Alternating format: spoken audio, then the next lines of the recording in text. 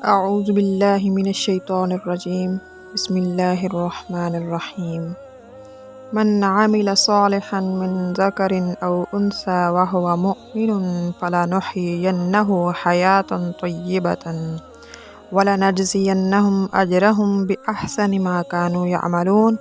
سورہ نحل آیت نمبر 97۔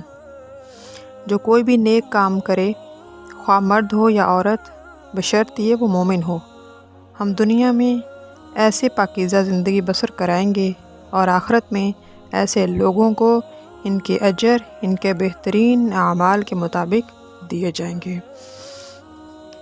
یہ مختصر آیت، لیکن اس آیت کے ترجمے کو سن کر آپ حیران رہ جائیں گے۔ آپ کو بہتر زندگی گزارنے کا حقیقی راز مل جائے گا۔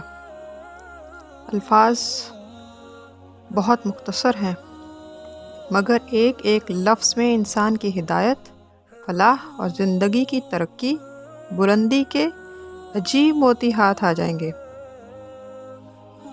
اس آیت میں ایمان کے ساتھ جو ایک شرط بتائی ہے وہ ہے نیک عمل۔ ارشاد باری تعالیٰ ہے، من عامل صالحا من ذکر او انثى وهو مؤمن، مرد ہو یا عورت، جس نے بھی نیک عمل کیا، شرط ہے کہ وہ مومن ہو۔ فَلَنُحْيِيَنَّهُ حَيَاةً طَيِّبَةً، اسے ہم دنیا میں پاکیزہ زندگی بسر کرائیں گے۔ وَلَنَجْزِيَنَّهُمْ أَجْرَهُمْ بِأَحْسَنِ مَا كَانُوا يَعْمَلُونَ، اور آخرت میں ایسے لوگوں کو ان کے اجر ان کے بہترین اعمال کے مطابق دیے جائیں گے۔ اس میں فرمایا جا رہا ہے کہ جو شخص بھی ہو، مرد ہو یا عورت، صرف دو شرائط پوری کرے، ایک ایمان، دوسرا نیک عمل۔ پھر اس کے لیے پہلی خوشخبری یہ ہے کہ وہ پاکیزہ زندگی بسر کرے گا، زندگی کا مزہ اور لطف حاصل ہوگا، اس دنیا کی زیب و زینت اور اس دنیا کی حقیقی چمک، اس دنیا کا چین، سکون، اطمینان اس کو حاصل ہو جائے گا۔ دوسری خوشخبری یہ ہے کہ وہ بندہ آخرت میں لاسانی اجر و انعام سے نوازا جائے گا۔ صرف ایمان کے ساتھ نیک عمل کرے، ایمان تو ہمارے دامن میں ہے ہی، صرف عمل صالح کی ضرورت ہے۔ عمل صالح کس کو کہتے ہیں؟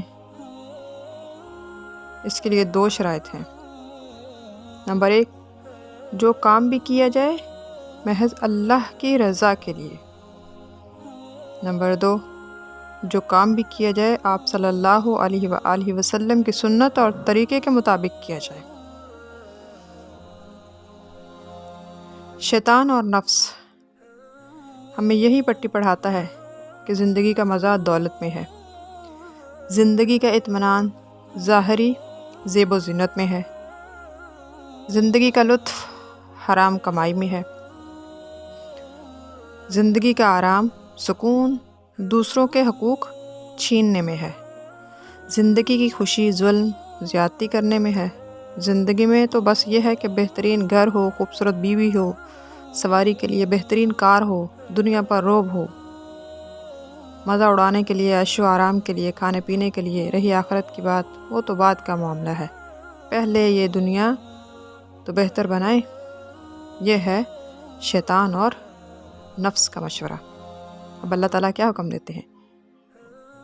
جب دوسری طرف ہمارا مالک خالق، جس نے ہمیں پیدا کیا، جو ہماری ایک ایک رگ سے واقف ہے، وہ ہم سے فرما رہا ہے کہ میں نے تم کو پیدا کیا، میں تم کو بتا رہا ہوں کہ صرف ایمان کے ساتھ صالح عمل کرو، سچے ایماندار بنو، پاک باز، معاملات میں کھرے بنو، ہر کام میری رضا کے لیے ہو، حضور اکرم صلی اللہ علیہ وآلہ وسلم کی سنت کے مطابق کر کے میرے پاس آؤ، میں تمہیں دنیا میں بھی دوں گا اور آخرت میں بھی، لیکن دنیا میں سچی عزت، سرفرازی عطا کروں گا، حقیقی کامیابی،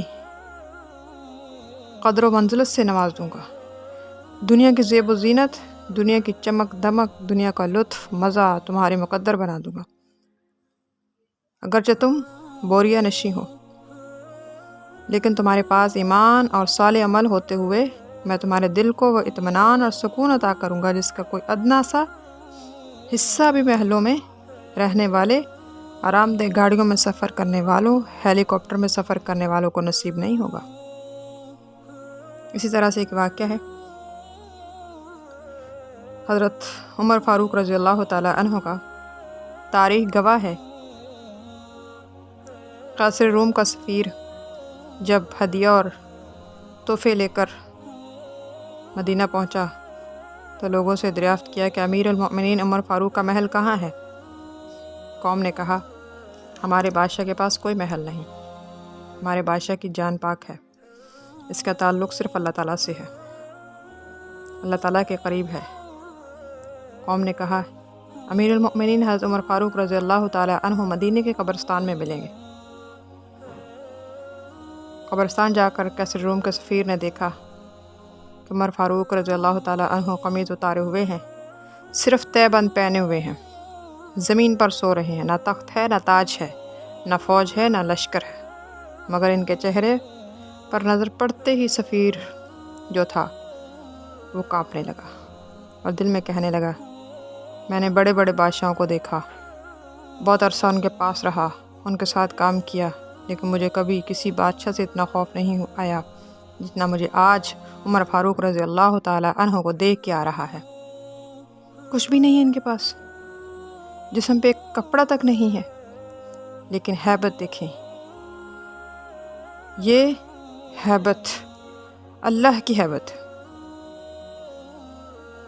کیونکہ اس کا دل پاک ہے، صاف ہے، اس مرد کے دامن میں ایمان ہے، عمل صالح کا خزانہ ہے، اس نے اپنی پوری زندگی کو ان دو زیورات سے آراستہ کیا۔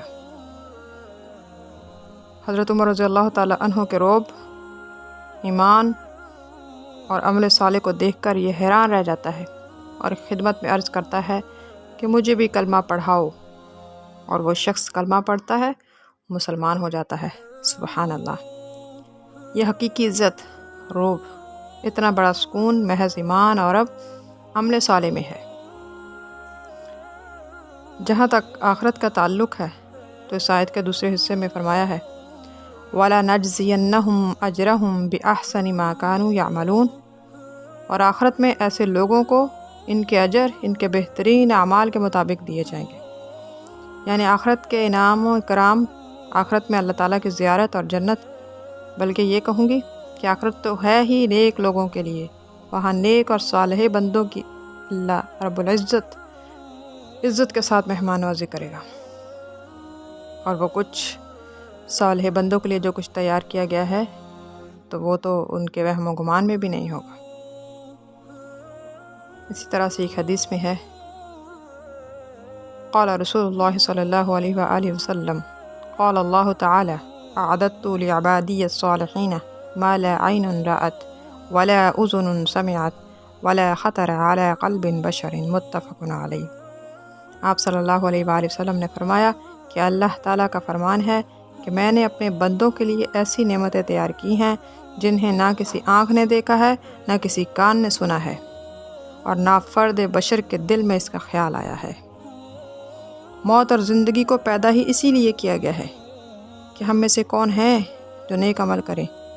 پورا قرآن اس بات سے بھرا ہوا ہے کہ ایمان کے ساتھ نیک اور صالح عمل اپنے دامن میں لاؤ، تو قیامت کے دن میدان حشر میں آپ کا استقبال کیا جائے گا، آپ کا خیر مقدم ہوگا، فرشتوں کے ذریعے آپ کو پروٹوکول دیا جائے گا، اللہ کی طرف سے جو مہمان نوازی ہوگی، بلکہ صالح بندوں کو جب اللہ تعالیٰ اپنے دیدار اور زیارت سے مشرف فرمائے گا تو دنیا دھنگ رہ جائے گی، بلکہ خود وہ بندہ جنت کو بھی بھول جائے گا۔ یہ ہے قرآن کی دعوت، یہ ہے نیک عمل کرنے والوں کے لیے خوشخبری۔ آئیے سب مل کر نیک اور عمل صالح کریں، پھر اس دنیا سے لے کر آخرت تک یہ کائنات ہمارے لیے ہو۔ آمین۔ وما علینا الا البلاغ۔ سبحان ربک رب العزت عما یصفون وسلام علی المرسلین والحمد للہ رب العالمین۔